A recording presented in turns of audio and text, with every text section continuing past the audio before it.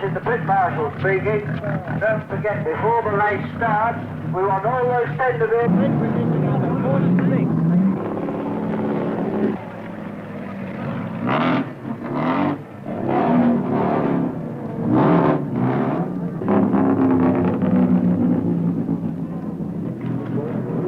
Number 1 in the grid position is Brock. Number 2 is Bond. 3 is Goss in the Falcon. 4 is Jane. 5 is Hunter. 6 is Holland. 7 is Grice. All of these are in Tiranas. Richards from New Zealand is next. 10 seconds to go, signals the starter. 1974 is about to start. The atmosphere here is electric at Mount Panorama. Rain is imminent. We may get some rain coming down. Drivers and pit crew will be wondering anxiously whether or not they made the right choice of tyres. Alan Gross's car just moving forward and then being checked by Alan Gross, who's starting the driving in car number 21. 10 seconds to go, signals the starter. Right. The national flag unfurls. The Carter 5 seconds to number go. 5 from the second row of the grid. John Goss will try and spear through. He makes a pretty good start. Let's watch him now as the fields go towards the start, and he's passed Brock, who made a bad start and is back in fourth spot, and Bob Jane on the outside after Colin Bond.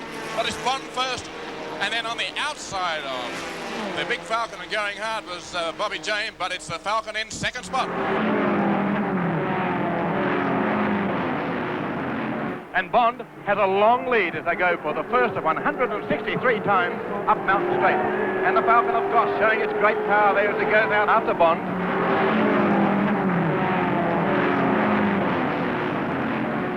Jesus, look at that.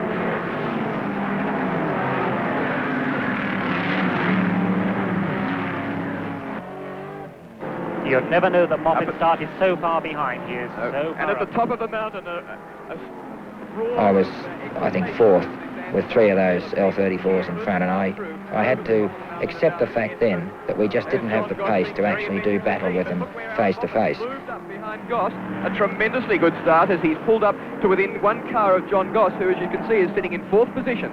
So Moffat 6th and looking to try and get himself up into 5th place, having started from 15th just half a lap ago. But already it's noticeable that these 2 Tiranas have got the legs on the rest of the field. In fact, it's all Tiranas as they come pouring down the mountain. There's Goss, and he's got Moffat right in his tail so early in the piece. I got off to a good start. I wanted to pass at least 4 cars in front of me. I had Moffat behind me, and I knew he'd be trying to get past, which he duly did. Back into the field. And by corner 2, we'd moved up to 6th position. Clark Bend. Not a good place to be in trouble. And meantime, at the head, it's still Bond, the number 2 for the Holden dealer team. Way in front, braking now as he comes down towards pit straight. Fast line, he's really flying in this SLR 5000. Colin Bond, a long gap back to Peter Brock. Straight. Bob Jane in car 3 is off the circuit there, and that spells the end of his effort. And in the cutting there, near the flag marshal's point, Bob Jane looking very disconsolately at the car and saying, why on earth did I do that? And what's Frank Gardner going to say to me when he finds out down in the pits that he can get his driving gear off and watch the race as a spectator from here on? And into the pits goes Alan Moffat in car number 33. Alan Moffat into the pits now, as in 3rd position. He's got lots of troubles apparently, and we were saying, Howard, that the car sounded rather laboured, yes, and not really as though it was running at full potential. Yes, I was surprised not to see the car going harder than it wasn't, you know, the bonnet up. That's the same engine that they fitted second yesterday. It could be anything at the present stage. There's no point in guessing. He took his pit crew completely unawares, frantically working inside the motor. In fact, it's been quite a deal of drama here that Murray Carter's car just ahead of Moffat is also in the pit as well. Moffat's sitting there looking fairly agitated, obviously. The car is being rocked backwards and forwards to stop the brake linings from binding on. And the only Falcon running with any chance of success at this stage is car 5, the McLeod Ford entry for John Goss. John Goss still circulating, although he was noticeably down on speed compared to Alan Moffat's car, and in the meantime, while Goss is carrying the Ford flag around the circuit, Alan Moffat is still back in the pits. The picture of a man who's seeing $100,000 go down the drain. And here's an accident down in the S's. A car charged straight off, as you can see, into the Armco fencing on the outside of the dipper. Well, now Kennedy comes to heavy grief up at the top of the mountain, car number 15. Oh, he looks a bit shaky too. Well, Kennedy in a lot of strife there. Just the shock of the car, having gone into the fence and spun round, plenty of smoke pouring from the front. And steam coming from the car. The driver quite okay, of course, as he's unbuckled the safety belt and got out. as you can see as clearly as we can't identify the car at this moment. And there we have the car we couldn't discover. We thought it was 14. In fact, it was 15 that crashed. Kevin Kennedy and Stephen Land in a Tirana XU1. You can see the damage there. Speared off into the fence at the bottom of the S's. Was initially confused with 14, but as you can see, it's a different vehicle, the XU1. John Goss now got a tremendous opportunity to carry the false flag all the way home. He's the only one that's got any opportunity now. I think Moffat's race is run to a certain extent. Murray Carter is not in contention. But on the other hand, in such a short time already, Peter Brock, who's leading this race, is over 1 minute and 17 seconds ahead of John Goss. But back in the race, even though he has lost something like a quarter of an hour in the pits, is Alan Moffat in 33.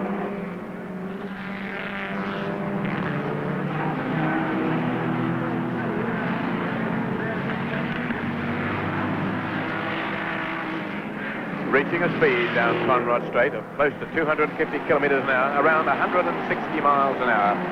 Alan Moffat in the braking area now. Four-wheel discs, specially developed brake materials. Of course, in fact, every car running here must run on the Hardie Ferodo linings because, as much as a spectacle from the sponsor's point of view, this is a development exercise to improve the quality of brake pads on Australian cars generally. Fascinating race that is developing is the one we're just watching now. Car 1, of course, is the leader, which is Peter Brock, but right behind him is Alan Moffat. Now, Moffat is laps behind, but it'll be interesting to see whether Moffat has the legs to pass Peter Brock. Well, in fact, Evan, if I may interrupt there, we've just seen over the past 3 laps that Brock has come from behind Moffat by about 10 seconds and has actually gone past him. So here's Moffat behind by possibly 3 to 4 laps, and the Tiranas are still going faster with the ability to go past Alan Moffat. As we watch Bob Morris, we also get information from the pits that in addition to changing a coil, Alan Moffat's crew also changed the distributor at that last pit stop. But Bob Morris, of course, is running like a train, up now into 4th position. That's right, it's fairly interesting. Have a look at him picking up a wheel and wheeling that car along pretty hard. He's got a very competent co-driver indeed in John Leffler to step into the motor car. The XU1 is pretty well developed. They know what it'll do. They know what the fuel consumption and tyre wear will be. And being in 4th place at this stage is just about where they'd like to be. Peter Brock, the man who is leading the race, has just called into the pits in car 1. Brock is into the pits. Indeed, there's action in the pits as we watch 33. It'll be a sight that will be welcome in the eyes of Alan Moffat, because Peter Brock, the man who is leading the race, has just called into the pits in car 1. So once again, we've got a shuffle on our hands. The board is out for his co-driver Colin Bond. But car 1 is in the pits. This provides tremendous interest, Evan, because although the dealer team SLR 5000 seem to be doing it very easily and have the race somewhat under their control, a pit stop, and apparently a scheduled one after 1 hour 20 minutes, is a fairly brisk fuel consumption. Now it'll be interesting to see where Bobby Morris comes in comparison to Brock, who is now re-entering the race. We'll probably see Bobby Morris run almost double that distance. Bobby Morris he goes. Runs through and takes up 2nd place. That's correct. Now there you see, you now understand the reasoning behind the Bobby Morris choice of the XU1 with a lower fuel consumption. He's allowed Brock to run away from him, and he's picked up all the time and is now in fact in front of Peter Brock. The Alpha Juniors, the GTD body but powered by only a 1300 motor, which people thought might have been good for Class A, are proving to have a very heavy load to lug around, some 1800 weight with a 1300 motor. And although they have the advantages of 5-speed gearbox and all disc brakes, they're proving to have nowhere near the pace of the Minis, which are currently leading the class.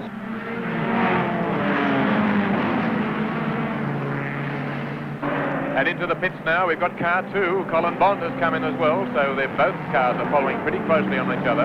And as Gary Legg, who is trailing the leader by just that amount of time I mentioned before, goes past, Colin Bond stays in the pits there. The pit stop going to be terribly critical, and as they watch the other cars go by and realise the extent of the lead, one can't help but wonder whether or not they're going a little bit too fast. Is it necessary for Peter Brock to be going quite so quickly? Colin Bond now back in the race. And look who's back in the pits again. Another return.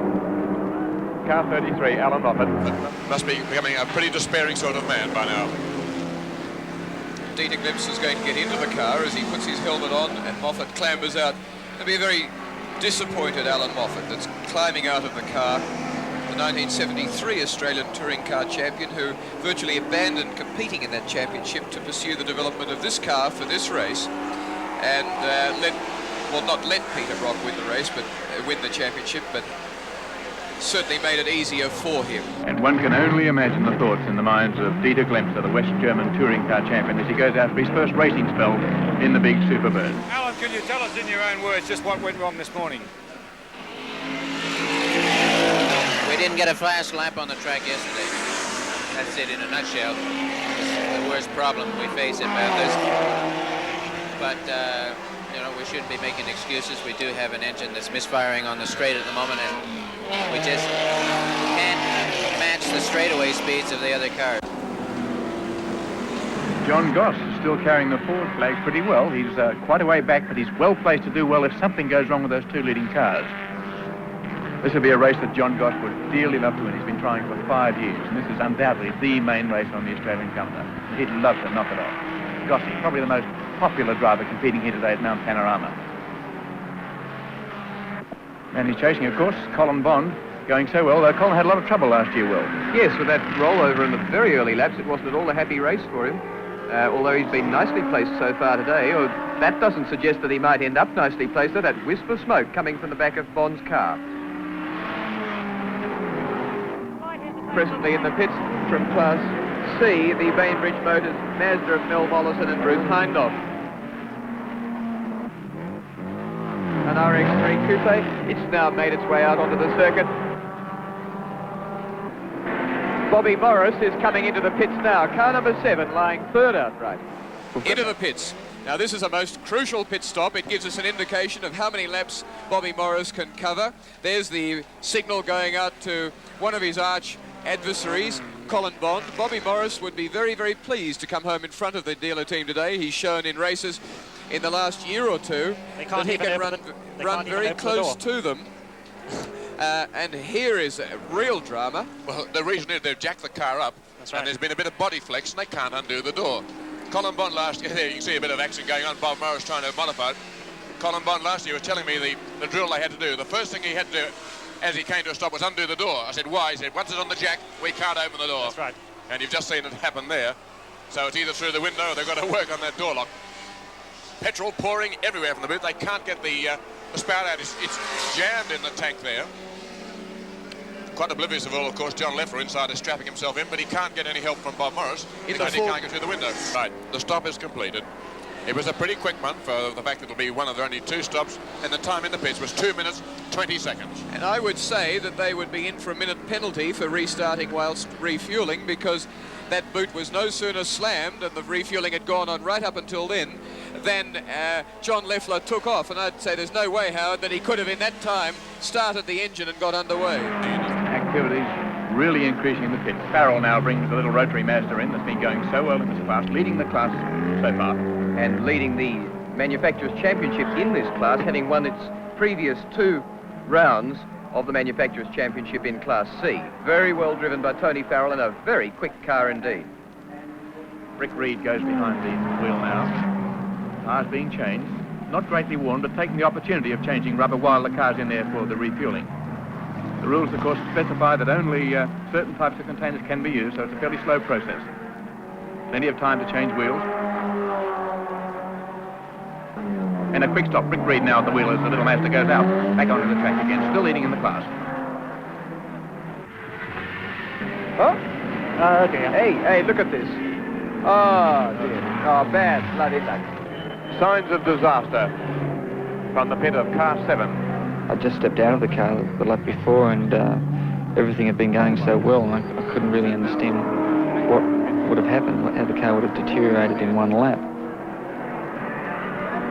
We don't as yet know what the problem was, but it looks like a real engine cook job, because blue smoke was pouring for that motor when Leffler came into the pits. You can see them now examining the top there. They've added oil to it, but look at it. Whether they can get the car going, we don't know, but it came in with an enormous cloud of smoke. Leffler has gone out. There's still smoke following the car. Into the pits, by the way, car 1 has come in for a second stop. That seems a bit early, but Peter Brock has come back into the pits.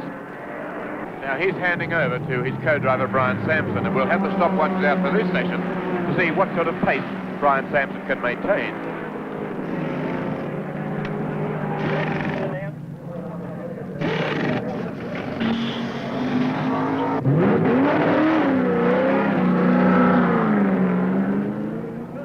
Well, Brian Sampson's underway, but back in the pits we've got a pretty worried-looking Bobby Morris. Can't really understand why John would be late. Could be many reasons. The obvious thing is mechanical failure. If it's a mechanical failure with the car, well, it's just about the end for us because we have had one unscheduled pit stop. In car number 7, the end of a great effort because they had tremendous faith in the ability of the XU1 to run quickly enough to be up in a major placing at the end, and it certainly, from the way it's gone so far, could have been so.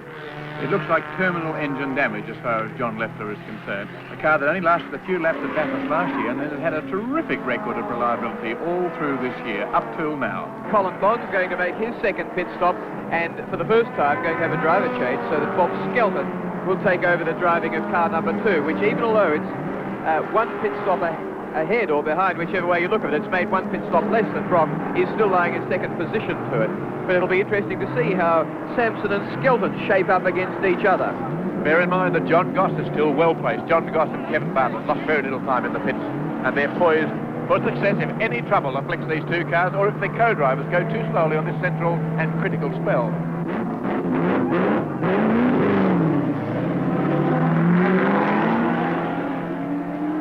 There's Goss now, still in front of Bond, but look at the smoke coming from the tail.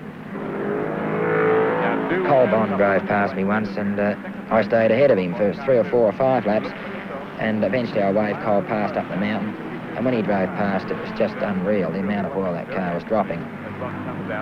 Turns this corner and goes past the pits. They don't want to lose their car, they've done so well, but there's quite a cloud of smoke coming there. You can see it pouring from the chopped off tail. Still on the outside of pit straight, we've got a real problem if we can get down there with the cameras. That's Alan Moffat suddenly discovering he's barely got a motor and desperately trying to get his car across the other side of the track and back to his pit group, which he's gone past. He's stopped on the outside, as you can see, of the pit row itself. He can't go back against the race direction of traffic. Nor is he allowed to cross the line under the threat of possible disqualification. All he can do is get into the back area of the pit. He can't get a gear at the moment.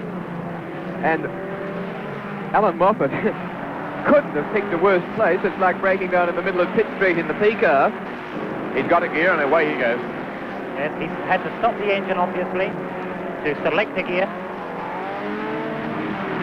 We've got Alan Moffat, by the way, coming very slowly down the straight. We'll be calling into the pit this time with his clutch problem or whatever it may be.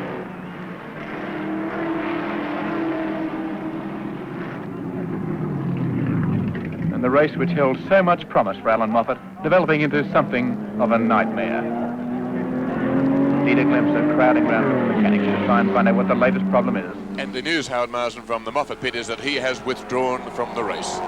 So a most disappointing end for the man who tried hardest to win this race, added a great deal of glamour and interest to it, imported from Germany, the German touring car champion Dieter Glemser, prepared a car that maybe was just a little too complex, that developed another 50 horsepower more than the winning machine last year, has had so many little problems today, kept him in the pits on something like 8 occasions, and Alan Moffat finally unpeels his flame mask, and that's $100,000 down the drain. I lost the gears here on the pit straight, and I thought, well, I'll attempt to drive it without the synchro mesh, but didn't like that for long either. Well, bad luck, Alan. It was a tremendous drive. We did everything we could, and you can't expect any more.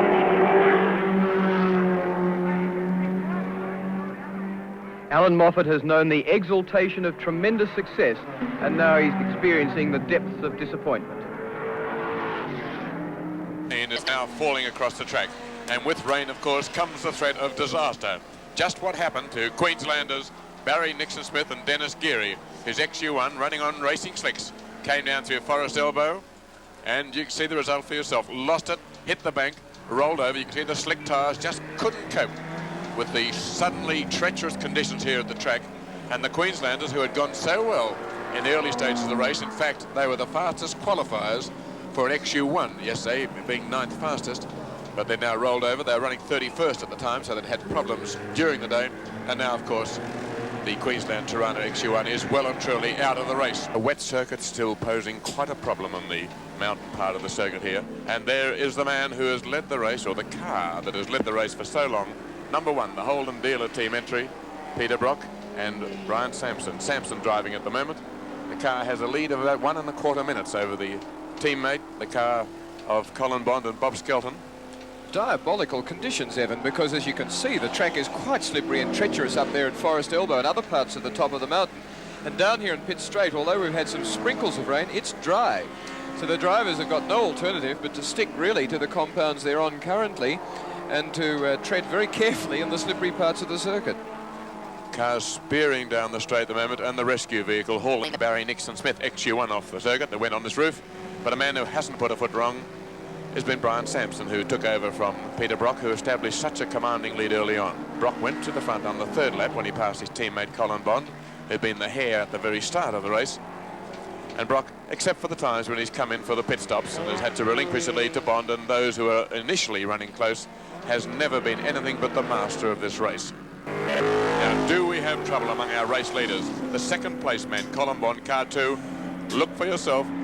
The cloud of smoke now beginning to issue from the back of the car. Howard Marsden, just as you predicted, what do you think the problem is? Well, Harry Firth has got that problem, I'm glad to say, on this occasion. 3 possibilities: engine, gearbox and back axle. It's coming from the back of the car quite heavily. I would pick rear axle possibly. The mechanics have got a dreadful problem now. Everything on that car will be just about red hot. They're going to have to pull the car in, they're going to have to inspect and make a decision there and then. Somebody in the pits are going to get badly burnt finding out exactly what the problem is with that particular car at the present stage.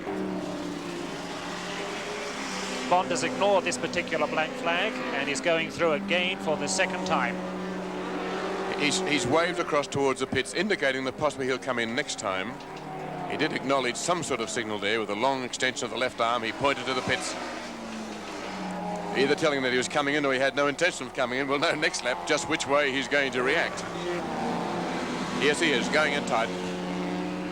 We'll follow him into the pits. He has one of the early pit positions. In comes Colin Bond into the pit area now.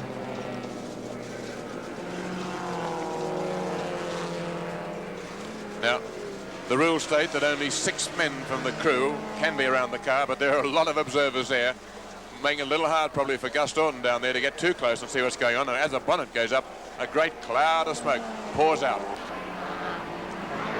John Goss now alone carrying the hopes of Ford and in hot pursuit of car 4. That's the Tirana of Bob Forbes and Wayne Negus, because if he can catch him, he may in fact inherit second place, because while Alan Moffat came into the pits to retire, Colin Bond stayed there and is still in the pits. And gradually, the long lead that he did have over the 2 cars chasing him for his second spot is diminishing. He was 4 laps in front when he went into the pits, but he's been there a long, long time. And car 2 is still in the pits. They've got to in fact lift the car to get it for a jack to get under and get the jack clear. The jack is out and Bond is away. It was a long pit stop. He was in there for 4 minutes and 17 seconds. So that was a pretty long stay in the pits for Colin Bond. Pete Brock's car smoking like fury. Colin Bond in the pits. Bob Forbes looking as though he might suddenly inherit first place. John Goss looking as though he might jump from 4th to 2nd. And Goss is in... Brock is in far more trouble than ever Colin Bond has been in. That's pouring out his exhaust pipe. That's right. The pit could have... Oh, the smoke is really thickening up there. Let's watch and put the stopwatch on Peter Brock coming into the pits. Colin Bond's there, so the mechanics have to split their efforts. They'll leave Colin Bond's car and turn to his because he is the leader. It was the second time I was actually in the pits. Peter came in with his motor smoking very badly, and I would have loved to have gone out and won the race for sure, because, you know, Peter at that stage of the game was really had it home and hose. Peter Brock waits in the car while the mechanics try to see what's wrong. Look at the face. Tells the disappointment. He's won the National Touring Car title this year, but the big race of the year is Bathurst. And Bathurst has gone. And Bob Forbes coming in. Well, this is a disaster time for the Tirana L34. 3 of them, the 3 leading ones, all in the pits together. The private one of Bob Forbes and Wayne Negus into the pits now. So John Goss suddenly finds himself with the possibility of inheriting race lead. It depends how long car 4 stays in the pits, but Goss has got to go in the lead past him because he was only a matter of 40 or so seconds. It's just a straight change. There's been no drama there. There are hundreds of people surging down in the pits towards this activity and this drama. And here's John Goss, the man who stands to gain most from it at this stage.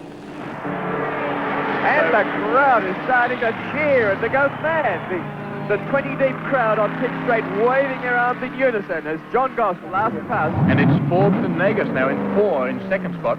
But things are really changing here. Fairly dry down the bottom, but our cameras up top show it's pouring with rain at the top of the circuit. And things are hazardous. Colin Bond thunders back into the race, but having lost a lot of time, surrendered second place, but still be up in contention as far as the leading half dozen are concerned. But what a change in character this race has taken. John Goss now leading the race. Bob Forbes is behind him, 1 minute 51 seconds behind. More smoke coming from the back of Colin Bond's car. I think he's going to rain very heavily. And walking down as a lone man in the pit counter is Kevin Bartlett with his walking stick, John Goss's teammate, walking down the front of the pit counter,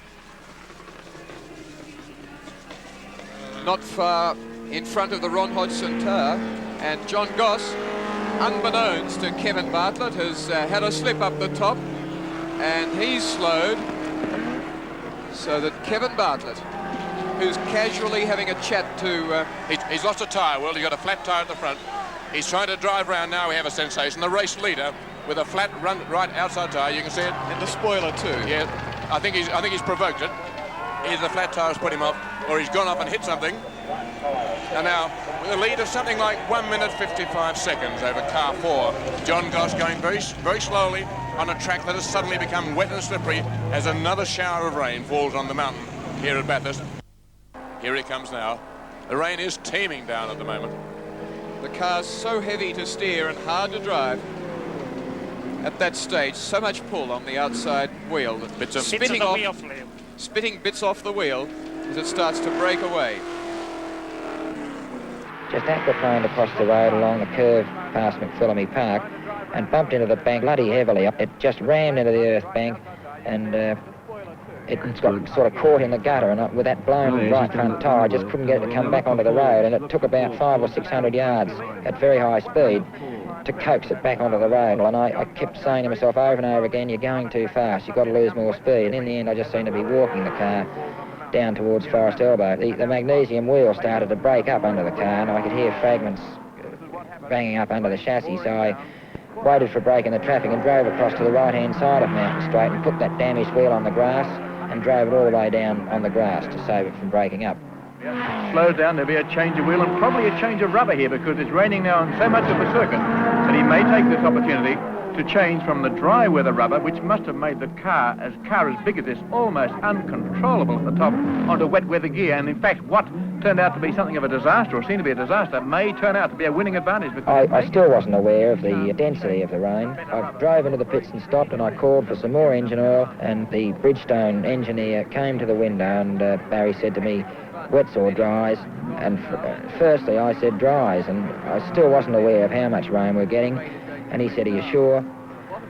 And I looked across and saw Alan Moffat standing about 10 or 12 feet away, and my thoughts went back to 1972 when he was in a similar situation and tired and not able to make a decision, and I'd gone to his window and helped him, and I called Alan over. I said, what do you think? He said, put the wets on and I'll take you to the end of the race. A sad sight for the Holden Dill team as car 1 heads for the back of the pit, so Peter Brock is out of the race. You can see it there. Now that's quite an effort.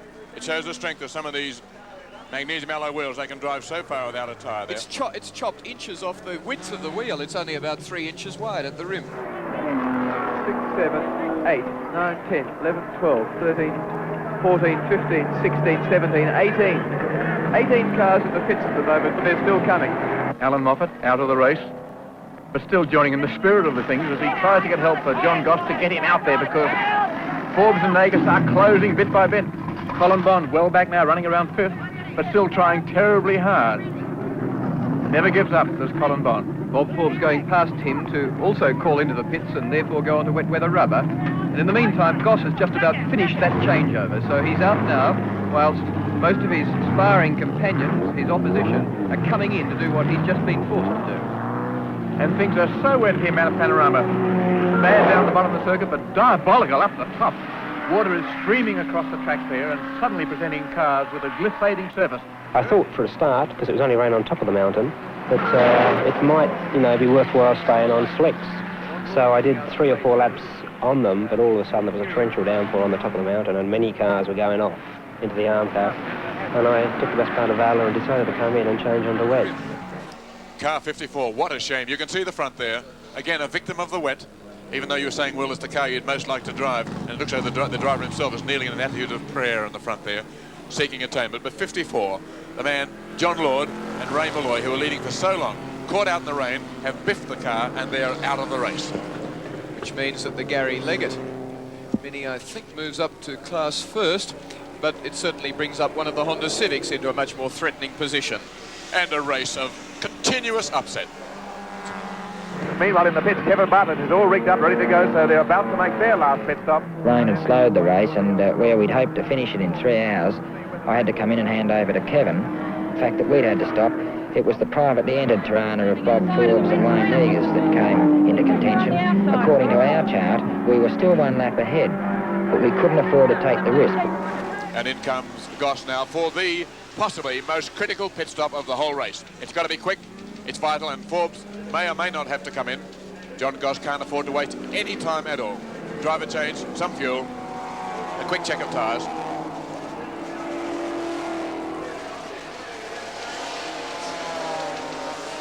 Now, Kevin Bartlett, of course, has had a lot of experience under all conditions, but it's experience that really counts when you get into wet weather conditions like this. John Goss out of the car now, looking very weary as he gets out of the car. Must be under an awful amount of anxiety because he would love to win this race, and it's almost his. KB, as he's affectionately known, started racing in Morris Minors and has driven lots of cars since then, and one of those men who are speed happy, who are delighted to have a drive of something as long as it goes hard and he can give it plenty. Bartlett, that was a pretty quick stop. 50 seconds, less than a minute. I think we've got the car for the job at the moment, and we've cleaned the screen up for Kevin. I think if the other guy makes his scheduled stop, we've got every chance of being there. Right, well, the word is at this stage from car number 4 is that they're not planning a stop, but we don't know whether that's accurate or not. So at this stage, you feel it's a case of wait and see, whole station, and maybe Kevin might be able to pull it off. They've got to come in for 2 cans. Are you sure that car 4 does have a stop?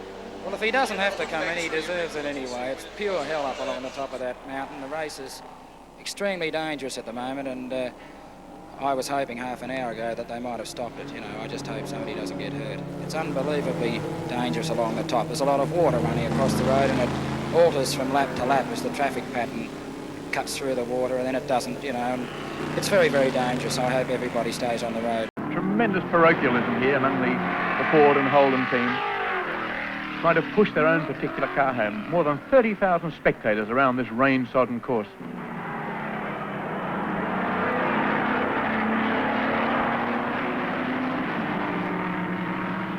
Car with headlights, car 4. Here he comes now. He's in hot pursuit, and Bob Forbes is flying. If the track's wet, he's trying to ignore it. And the gap between them is down to 7.2 seconds. So he's certainly catching him. We've never had a finish like this at Bathurst, and in the lead is Kevin Bartlett, the old hand of racing. So badly injured earlier this year in a race at New Zealand. Who would have thought he'd have recovered from those terrible injuries to be in a car leading Bathurst in the closing laps of this race? And what exciting laps. Oh, talking of excitement, things still happening, cars spinning on the circuit here. It's the Don Holland car, and all spinning. It's definitely a slow up by Forbes. The front wheel looks as though it's got a bit of mud on. He's either spun or hit something. Going into the cutting, I left my braking too late. I was trying very, very hard, and instead of trying to make the corner, I just went straight ahead up a little track, and then I had to back out and get going again. Rod McRae, although I can't see any sign of McRae's car around the course. He's number 20. We've lost him somewhere. And in fact, the most fearsome crash was McRae aquaplaned apparently off Conrod Strait, cleaned up trees and demolished his motor car. $13,000 odd in cash coming the way of the team in charge of car number 5 for not just a well-run race today. There it is. 1 lap to go, 6.2 kilometres, but not just a greatly run race today, but a campaign over 18 months or more. of great dedication and application by all involved in the team, and the driving skill of two very great Australian drivers. It will mean tremendous things to both of these people throughout the next year as being the winners of Bathurst. It means that they'll be promoted highly, they'll be very popular amongst the people who are supporting them. It'll probably seem crazy to Kevin Bartlett, who was Australian champion driver in 68 and 69, but this race was probably more useful to him in terms of public adulation and so on than winning the Australian Championship, and that was Archie White from Shell virtually counting his chickens with John Goss, as Kevin Bartlett really only has to run down the hill. The race is pretty well in the bag. And Ford still in pursuit, car 4. Been a gallant effort. Had a spin or something which slowed him down. He's dropped back a little bit. And Kevin Bartlett only has to finish now to win the most prized race in all of Australia. A unique event.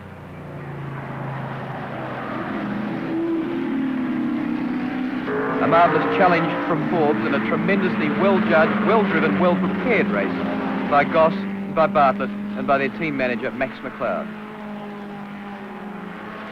Forbes in full flight for the final time on Conrod Straight. So, in a race that has been longer than recent ones because of the rain and the incidents, and it has been really packed with upsets of the most literal time, it is Kevin Bartlett who takes the checkered flag to win the 1974 Hardie Ferodo 1000 for John Goss, McLeod Ford, and it's an elated John Goss in the pit who at last has won the Hardie Ferodo 1000.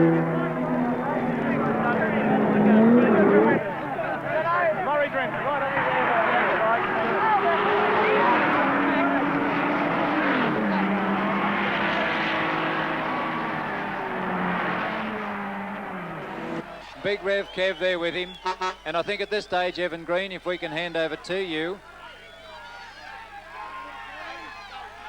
very quickly. We'll watch the cameraman here, because now that's what we were talking about. That is a race car that is capable of winning. I'd like all the people at home who followed this most exciting race on their radios, or have seen it on the Australia-wide Channel 7 television broadcast, to join with those of the 38,000 spectators who crowded a very soggy Mount Panorama today to give a hero's reception to the victors of the 1974 Hardie Ferodo, Gossie and KB.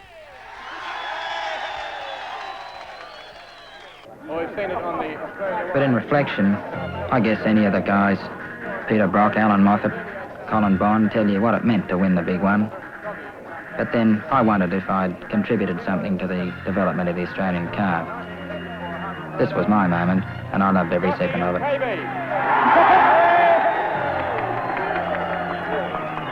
And let me now hand over to the General Manager of Hardie Ferodo, the company who have the courage to turn on this race as a practical demonstration of their own product, Mr. George Hibbert. Congratulations, Hibbert. Thanks a lot. Also, to John Goss, our great favourite. Thank you, George. Congratulations, Johnny. We've had a long time to have you up here. Thanks very much. Thanks very much, George. Mr. George Hibbert. You know, I want to thank Max McLeod. We've had we should have won today. We've had five years of training. And, you know, when I had to get out of that car after 3 hours, I was damned happy to get out. It was pretty slippery up the top. Jeez, it was hard work, wasn't it? We've won this race today, and I think it's unique. Just a minute. I've always believed that a private entry could win this race. I've had the backing and the interest of a wonderful man. He's put me through 5 years of racing.